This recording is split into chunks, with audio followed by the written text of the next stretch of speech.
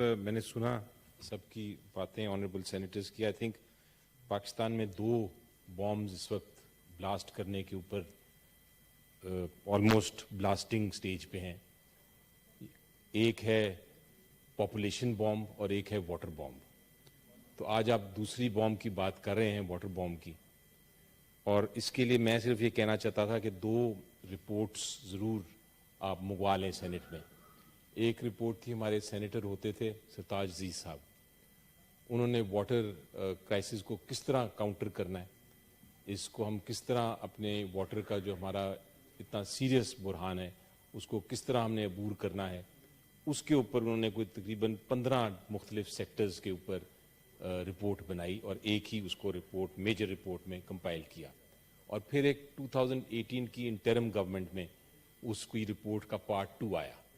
तो ये दोनों रिपोर्ट्स मैं कहूँगा कि आप मंगवा लें, उसमें बड़ी अहम बातें हैं और मेरा ख्याल है वो अगर हम उस पर इम्प्लीमेंटेशन शुरू करें, जो भी हुकूमत आती है, तो हम ये अभी भी ये क्राइसिस को अबूर कर सकते हैं। सेक्टर साहब वो मंगवा के उसको ट्रांसलेशन भी करा के सारे मेंबरान को भी दे दें। जी मिनिस्टर साहब, सोलंकी साहब, ऑनरेबल मिनिस्टर साहब, मिस्टर सोलंकी।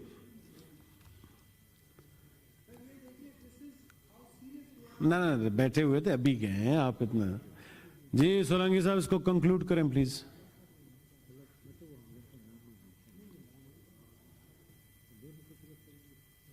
शुक्रिया जनाब चेयरमैन।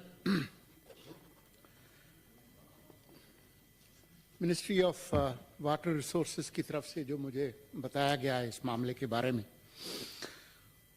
2010 और 2022 के सैलाब के हवाले से, 2010 के सैलाब के बाद वजारत आबी वसाइल ने नेशनल फ्लड प्रोटेक्शन प्लान 4 तरतीब दिया। इस प्लान को 3 साल के सोच विचार के बाद सूबों और नेस्पाक के जरिए हतमी शक्ल दी गई। Council of common interest CCI ने 2/5/2017 को इसे मंजूर किया। इसी तरह से मॉडल रिवर एक्ट, इसे 2016 में मंजूर करके चारों सूबों गिलगित बल्तिस्तान और आज़ाद जम्मू कश्मीर को हिदायत की गई कि अपनी ज़रूरियात के मुताबिक इसमें तब्दीली करके इसे नाफिज किया जाए। पंजाब और खैबर पख्तूनख्वा ने इसे नाफिज कर दिया है, जबकि बाकी सूबों में मंजूरी मुख्तलिफ मराहिल में है। इसी तरह से national plan for flood telemetry, इस प्रोग्राम के तहत पूरे मुल्क में मुख्तलिफ छोटे बड़े दरियाओं पर 707 टेलीमेट्री स्टेशन लगाए जाएंगे। इसके लिए PC1 बन चुका है। 45 स्टेशंस के लिए जायका, जो जापान की जो एजेंसी है, उसने ताउन की यकीन दहानी कराई है। पंजाब और सिंध ने अपने तमाम बैराजेस की तोसी और जिद्दत पर तेज़ी से काम जारी रखे हुए है। पंजाब में ये काम मुकम्मल हो चुका है, जबकि सिंध में सक्खर और गुड्डू बैराज पर काम जारी है। सिंध में 27 बिलियन का फ्लड डैमेज रेस्टोरेशन प्रोजेक्ट मुकम्मल हो चुका है। 2018 में वाटर पॉलिसी CCI ने मंजूरी दी। फ्लड कमीशन ने इस पॉलिसी का फ्रेमवर्क बनाकर मिनिस्ट्री ऑफ वाटर रिसोर्सेज को दे दिया है। इस पर तेज़ी से काम हो रहा है। जो 2022 का जो सैलाब है, उसके हवाले से महकमा मौसमियात की पेशगोई ये थी कि जून 2022 में पिछले सालों की बनिस्बत 40% ज़्यादा बारिश होगी, लेकिन ये सारे अंदाजे गलत साबित हुए। पूरे मुल्क में 175% ज़्यादा बारिश हुई।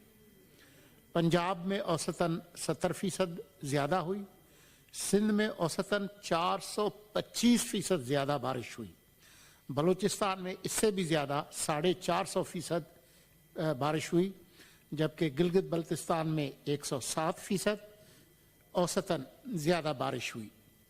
क्योंकि ये सैलाब दरियाओं में पानी के ज़्यादा बहाव की वजह से नहीं आया, बल्कि इसको प्लूरियल फ्लड कहते हैं, जो कि ज़्यादा बारिशों की वजह से आता है। इसकी गहराई कम जबकि फैलाव ज़्यादा होता है। इसी फैलाव की वजह से ज़्यादा तबाहकारी हुई।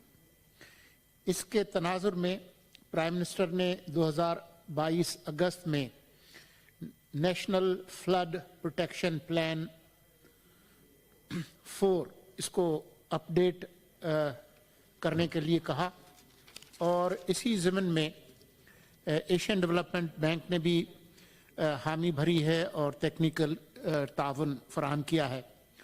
सूबों के ताउन से ये अपडेटेड प्लान तैयार हो गया है और प्लानिंग डिवीज़न में मंजूरी के मराहल में है।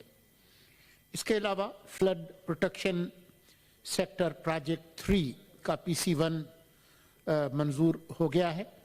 मिनिस्ट्री ऑफ इकोनॉमिक अफेयर्स इस ज़मीन में बैनुल-अक़वामी डोनर्स के साथ फंड्स के लिए कोशां है। Thank you sir. Motion has been talked out. जी, privilege